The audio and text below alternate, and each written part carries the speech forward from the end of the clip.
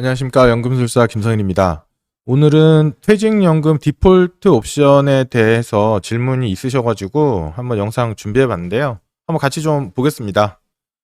디폴트 옵션이 뭐냐면 일단 디폴트라는 게 뭐 반드시 해야 할 것을 하지 않을 때 뭐 이런 단어로 쓰이기도 하고 뭐 파산이란 단어로 쓰이기도 하고 결석 이런 단어로 쓰이기도 하는데 컴퓨터 프로그래밍에서 기대하는 값이 주어지지 않았을 때 자동적으로 쓰이는 고정값을 말합니다.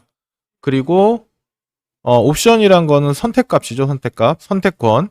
디폴트 값이 있고 선택권이 있다 이렇게 보시면 되고 별도로 선택하지 않으면 자동으로 정해지는 것을 말합니다.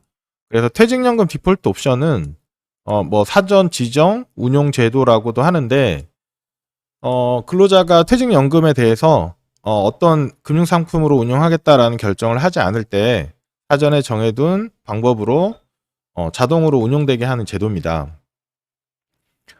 디폴트 옵션 적용 대상은 DB형은 대상이 아니고요. DC형하고 IRP가 대상입니다.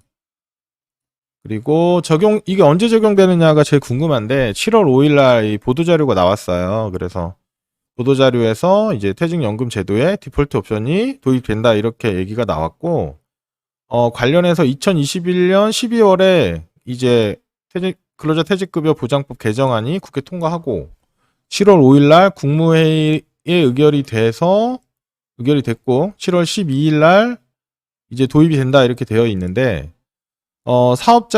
이 사업자들이란 건 이제 퇴직연금을 운영해주는 이제 은행, 보험사 뭐 이런 회사들이죠. 증권사까지. 그래서 9월 초까지 최대 7개 상품을 신청을 하게 되고 10월 말까지 심의를 하고 그 다음에 이제 10월 말 정도에 상품 승인이 이루어진다고 합니다. 그러면 이제 실제적으로는 10월 말 이후에 첫 상품들이 나올 것 같고요. 연말쯤이나 돼서야 좀 구체적인 상품 내용들이나 제도의 어떤 구체적인 내용들을 알 수 있을 것 같아요. 그리고 이런 내용도 있는데 시행 후 1년간은 뭐 행정지도 뭐 어쩌고 저쩌고 해서 2023년 내년 7월부터 모든 사업장에 이 디폴트 옵션이 도입된다라고 이제 얘기를 하고 있습니다. 적용 방법은 뭐 이게 디테일한 내용은 뭐 나중에 알 수 있는데 옵트인이라는 건 이제 이 대기기간, 뭐 6주간의 대기기간 요런 거 없이 바로 운용이 가능하다는 거고 옵트아웃이라는 것은 이제 근로자가 언제든지 다른 상품으로 운용 지시가 가능하다라는 얘기입니다. 디폴트 옵션 대상 상품은 금융회사별로 최소 7개에서 최대 10개까지 이렇게 준비를 하게 된다고 하고요.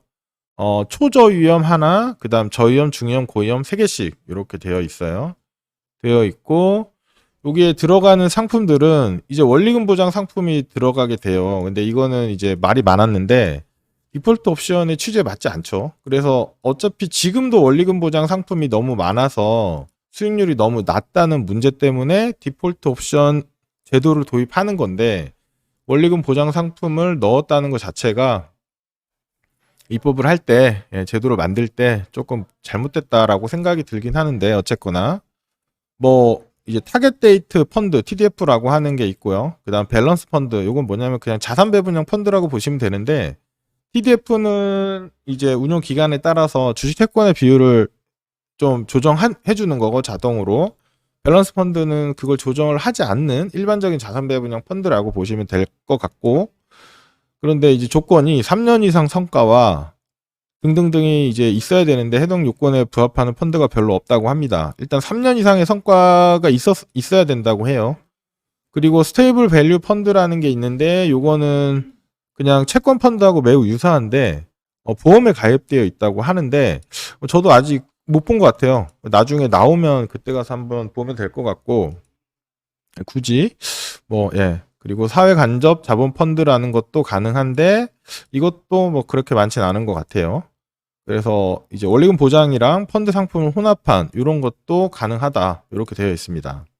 OCIO도 이제 가능하다고 하는데 이런 것 OCIO가 궁금하시면 이제 제 유튜브에 OCIO로 검색하시면 나오니까 보시면 좋을 것 같고 디폴트 옵션이 도입되면 퇴직연금 수익률이 높아지는 이유가 뭐냐면 기본적으로 예금형만 있는 게 아니라 뭐 주식, 채권, 해외, 그다음에 원자재 등등 여러 가지 자산의 자산 배분을 디폴트로 해줘요.